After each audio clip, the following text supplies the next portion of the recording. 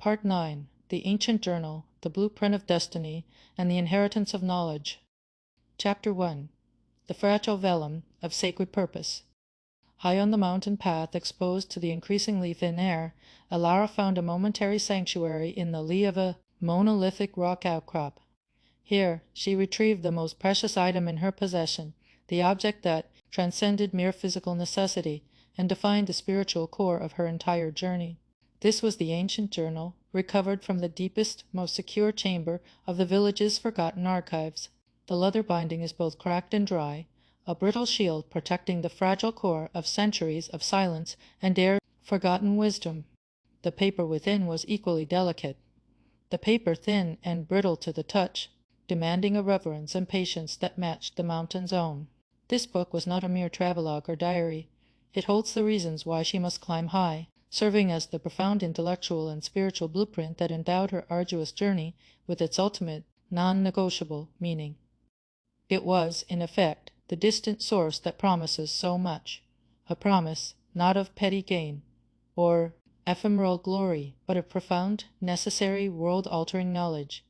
The moment of the journal's revelation was accompanied by a slow, pervasive musical presence, steeped in antiquity.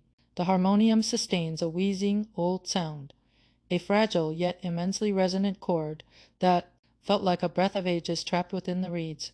This sound was the perfect auditory embodiment of the journal itself, old, fragile, yet teeming with a vital, powerful, latent energy.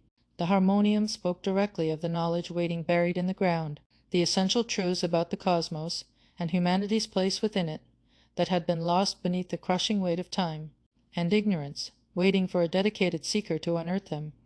It represented the moment of culmination, the final harvest of the ancient seeds, a purpose planted centuries ago, finally germinating and ready for its singular inheritor.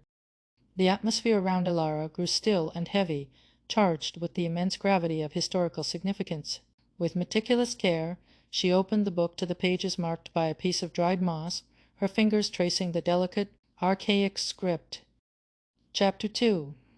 The Gentle Rhythm of Forgotten Words, and the Cosmic Structure. As Alara began the painstaking process of deciphering the tightly written entries, a new musical element entered the soundscape, providing a steady, contemplative rhythm for her mind. The simple acoustic guitar plays slow chords, its tone gentle, restrained, and profoundly introspective, offering a gentle rhythm meant for quiet thought. It was the music of patient, focused decoding, guiding her through the intricate script and the heavily symbolic language. She was dedicated to deciphering the long-forgotten words, wrestling not just with grammar, but with the entire philosophical structure of a vanished civilization. This journal was far more than a diary. It was the map of secrets that the journey brought, the true cartography of her endeavor, mapping astronomical alignments and metaphysical concepts alongside geographical landmarks. The journal's opening sections provided the grand central revelation that gave the mountain its destiny.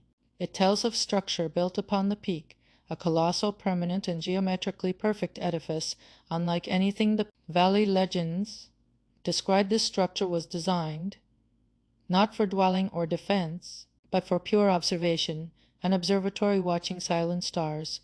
The purpose of the entire mountain itself was revealed to be a colossal, towering nexus point, a place where Earth and cosmos used to speak, where the physical world and the boundless universe communicated freely, directly, and without distortion. Crucially, the author emphasized that this pristine communication was unmarred by failure and unending wars, a vision of pure, clean, objective knowledge, predating the corruption and chaos of the later ages that destroyed their civilization. This observatory was the key to reclaiming humanity's lost dignity and understanding of its own origins. Alara felt an intense surge of recognition, a confirmation of the deepest unspoken desires of her soul. The peak was not merely a physical destination. It was a sanctuary, a library of the infinite, and the sacred center of a forgotten world order. This revelation affirmed every solitary hour of her preparation, proving that her life had been building toward this very page. Chapter 3. The Resigned Hand and the Imprint of Failure. However, as she continued to turn the thin, fragile pages, The tone of the journal began to darken precipitously, its narrative trajectory mirroring the sudden catastrophic collapse of the society rather than the ascent of knowledge. The author's script itself revealed a profound psychological decline. The writer's hand was hopeful, then resigned. The early entries were vibrant, scientific, and relentlessly optimistic. The later ones grew strained, the letters becoming smaller and more erratic, reflecting a spirit utterly crushed by the incomprehensible failure of the project and the ensuing cataclysm. The final entries blurred by fading ink, clearly smeared by what Alara instantly recognized as either tears or the unforgiving moisture of extreme altitude, and despair. She was suddenly confronted by a desperate passion. She begins to find within the writer's final, frantic scribbles a passion tainted by tragedy. The author had not succeeded. The observatory, hinted at in the joyful early chapters, was never fully activated or, worse, was deliberately hidden before the doom arrived. Reading the final, seemingly hopeless words, Alara felt a profound, chilling identification with the writer's doomed ambition. It created a fate from which she suddenly must shrink. The weight of this failure, the failure of the greatest minds of a forgotten era to save their world, was almost too much to bear. It suggested that the mountain's ultimate truth was inherently inaccessible, guarded by forces too vast for even the purest human will to overcome. The harmonium's wheezing tone took on a deeply mournful, almost deathly quality, and the slow acoustic guitar chords resonated with an aching melancholy. The silence between the notes was filled entirely with the original author's resignation and the vast, unbridgeable gap between aspiration and reality. Alara sat momentarily paralyzed, absorbing the full depth of the sacrifice and the catastrophic defeat suffered by those who had already climbed and utterly failed. Chapter 4. The Glimmer of Promise and the Final Mandate. Yet, just as existential doubt threatened to overwhelm her and halt her progress forever, the journal provided its final, counterintuitive instruction.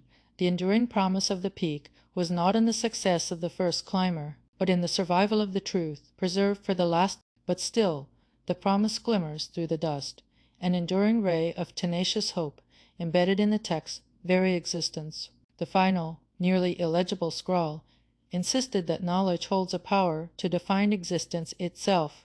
Regardless of the fate of its temporary keeper, the knowledge must be retrieved, the structure must be found and activated. With this renewed purpose, she reads the words and sets aside her mistrust. Consciously dismissing the fatalistic conclusion of the original author, she realized the journal's final lesson was not about failure, but about the sheer necessity of persistence. The burden of the observatory's legacy was now hers, fully and completely. She knew with an absolute, unshakable clarity that transcended logic, that the ancient calling must be thine.